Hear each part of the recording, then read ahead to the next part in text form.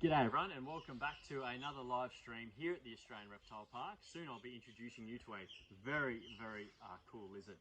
We hope you've been enjoying these videos every day, and we hope you also enjoy Animal Tales with Tim Faulkner. They're great educational videos and you'll learn a lot about the amazing wildlife that we're lucky to live with here in this beautiful planet of ours. Now today in Australia is Anzac Day, a day we commemorate the amazing work that our men, women, Defence First personnel have done for this country and continue to do for this country to defend this beautiful country we call Australia. We'd like to thank all of our defence personnel, both past and present. A very big thank you from everyone here at the Australian Reptile Park, and we hope to see you back here at the park when we reopen, hopefully very soon. But also, now we're going to talk about our amazing iguana species. Now, whether you're in the Galapagos Islands looking at a marine iguana, or you might be in the islands of Fiji and Tonga and seeing a beautiful crested or banded iguana like the one Cooper is holding in his hands, or potentially you're in the islands of the Caribbean and you're getting to check out the amazing rock iguanas that inhabit those areas. Now, Brandon is holding our beautiful rhinoceros iguana. His name is Chaos. There's a number of rock iguanas that are found in that region, but I think that rhinoceros iguanas will definitely be one of the most beautiful iguana species on the planet. But the most beautiful of all is the blue caiman iguana. Now I'm going to let these two boys take their iguanas back, but they just made a little guest appearance. Which way are you going, Cooper? Around the back there. And we're going to focus on today the species from Central and South America, and that of course is the green iguana. Now green iguanas are pretty famous. Now we call this particular individual Tuffy, but most people, if you've got to talk about a green iguana, they think of the name Jub Jub. Most people will know exactly where that animal comes from. Of course, the Simpsons, the green iguana that was living with Paddy and Selma, who of course are sisters to Marge. And most people are very familiar with the term green iguana, but you're probably looking at the animal in my lap right now and thinking, well, yes, it certainly looks like an iguana. You can see the jowls and the dewlap on the front here, but it's not exactly green. When these animals hatch out of an egg in their juvenile form, they are emerald green, they're bright green. As they get older, they start to begin to change colour. And you can see here almost has more of an orange appearance. Now, this is a male green iguana, and during their breeding season, they can go vibrant orange in their coloration. Now, if we come in nice and close, we're going to point out a few key identifying factors for the green iguana, and then we're going to try and give him a little bit of food, some of his favourite different types of food. Now, people always ask us about these jowls. These jowls are enhanced muscle. You can see that there. Quite powerful as well. Now, on the males, they're much more enhanced than you'll see on the female counterparts. But also, too, they've got this big, impressive dewlap. Now, you can imagine what they'll use that dewlap for, and also those jowls, particularly if you're a male. They'll shake their head, the dewlap will stand out. Basically, it's their way of impressing, they go bright orange as well, their way of impressing female green iguanas that they might be able to mate with. Also too, we can see the eyes. They've got excellent eyesight. They've got their nares at the front here, and then inside, they've obviously got their mouth and their teeth. Now, green iguanas do have very sharp teeth, which enables them to bite through what can be at times quite dense vegetation. And they can grow extremely large as well. Tuffy weighs about 4.5, maybe 5 kilograms. A fully grown male green iguana might get to around 8 kilograms at their maximum weight. Now, they are a little bit different to a lot of other lizard species found around the world in the sense that they are primarily herbivorous by nature, which means they feed on vegetation. So they'll feed on leaves, berries, etc.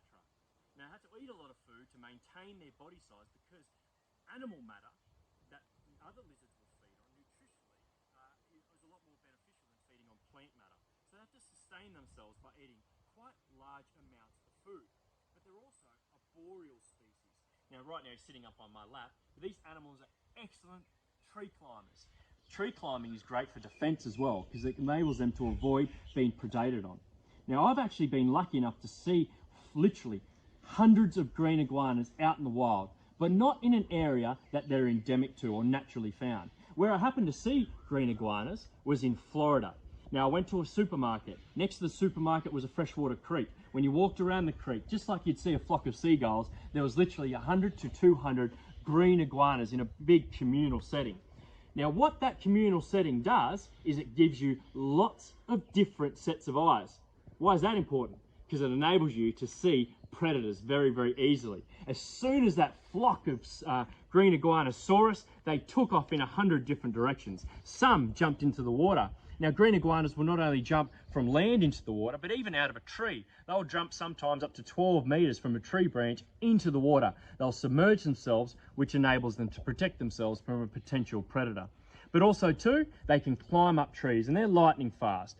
Iguana species some are primarily arboreal, which means they spend a lot of their life living up in trees. And obviously that's also where they'll find their food as well.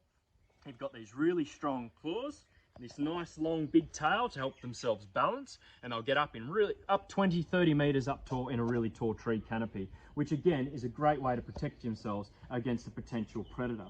Now what we thought we'll do is actually try and feed Tuffy. Now we've brought down a few of his favourite different types of food. We've got some banana, we've got some hibiscus leaf. We'll see how he goes. So hopefully he'll get straight into it. He's had a little lick.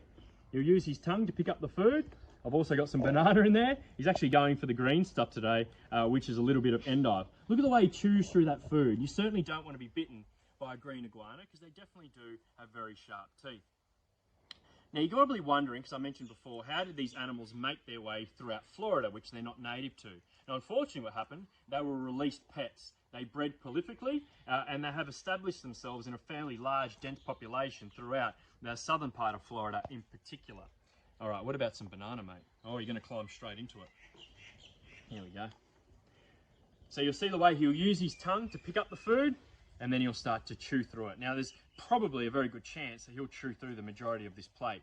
Now, we don't just have endive on the plate, but we've also got some hibiscus flowers as well. They really do love hibiscus flowers, and obviously those coloration, that bright pink colour, is very inviting to a green iguana too. Hopefully he'll grab a little bit of banana. We'll see if we can give him some. See if we can get him to come up here a little bit. You can see how relaxed he is. All right, let's see if he goes for it. I think he's preferring the green stuff today. Here we go. Watch this. Loves it. You can see the muscles working in that bottom jaw there. I've got to be careful to get my finger out of here in a second. Gone. You can get in nice and close.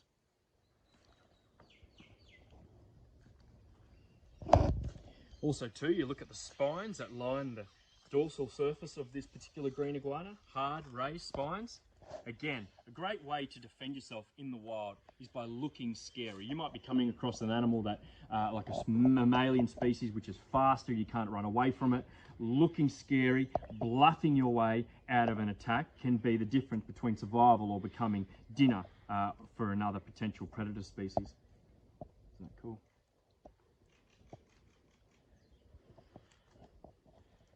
Yeah, get that camera nice and close. He's got that dewlap sticking right out now. All right, Dan, do you want to answer some questions? Yeah, that'd be great. Now, obviously we don't have native iguana species here in Australia. Our closest iguana species would be found in Fiji and Tonga. But in saying that, we have lots of different lizard species here in Australia. And you'll be hearing a lot about our Australian lizard species tomorrow with Jake Meany, one of our reptile keepers, as he talks about our endemic Australian lizard species. So make sure you check that out. But unfortunately, we don't have green iguanas here in Australia, unless you're at places like the Reptile Park where you'll get to see one. What do their teeth look like? Yeah, so their teeth are quite small. Obviously, they are white. They're going to be fairly hard to see, and they're kind of covered by their gums, to be honest. But they do have small, white, very sharp teeth. And if you understand why they have sharp teeth, if you're trying to slice through what can be quite dense vegetation at times, having really sharp teeth enables you to do that very, very easily. And you can see the way he slices through that endive almost instantaneously. What do their scales feel like? Yeah, so these scales are very hard and raised. So if you ever feel, majority of our skink species here in Australia, you might have grabbed a garden skink or a blue-tongue lizard. These generally have smooth, dry overlapping scales, whereas iguanas and our gamid species, our dragon species that you'll have in Australia, which feel much more similar, have these hard raised scales. So this animal feels a lot more like a bearded dragon than it would a blue tongue. Are there any iguana species that are endangered? Yes, there is. You mentioned before, we looked at before, a rhinoceros iguana. So the species found in the Caribbean, a lot of those are considered endangered and critically endangered, but also too, our crested iguanas. Now, Cooper was holding one of our crested iguanas. His name is Harlow. Those species in the wild are again considered threatened and endangered. Now, habitat loss, land degradation, even the pet trade can be quite detrimental for these species out in the wild. And of course, there is things you can always do to help them out in the wild. Some lizards drop their tails when they're threatened. Do iguanas do that? Now, I'd love to know who asked that question. That is a wonderful, wonderful question.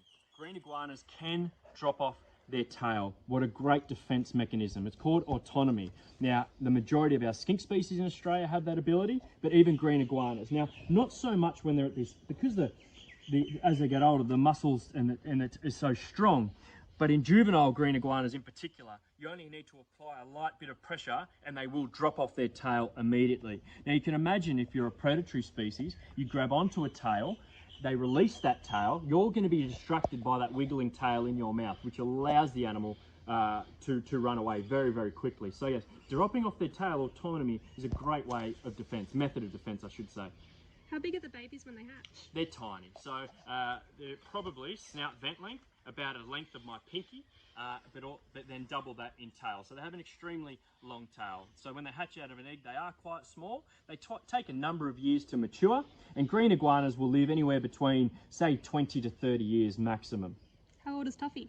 Tuffy's 15 years old, and he's very, very healthy, happy animal. We love him at the park. He's definitely one of the favourites. So we're hoping, we should get another 10 years of having Tuffy eat all of our banana, our endive, and our hibiscus flowers. Can you have iguanas as pets?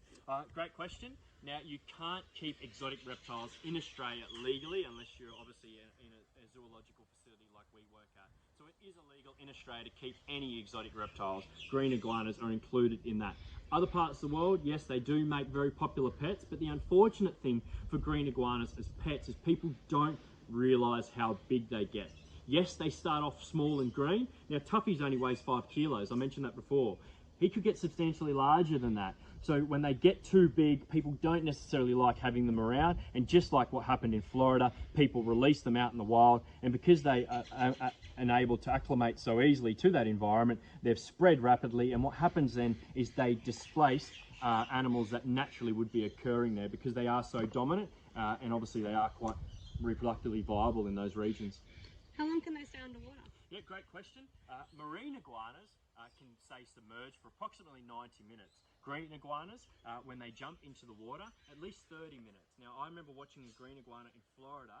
We timed it. It was underwater for at least 25 minutes, and it hadn't come up for a breath before we'd left. So they can stay underwater for an extremely long time. All right, maybe one last question. A couple of people are asking, what's that big lump on the side of his face? I know we answered it before, but just in case they missed it. So this is an enhanced muscle. We call them jowls. They actually feel quite soft.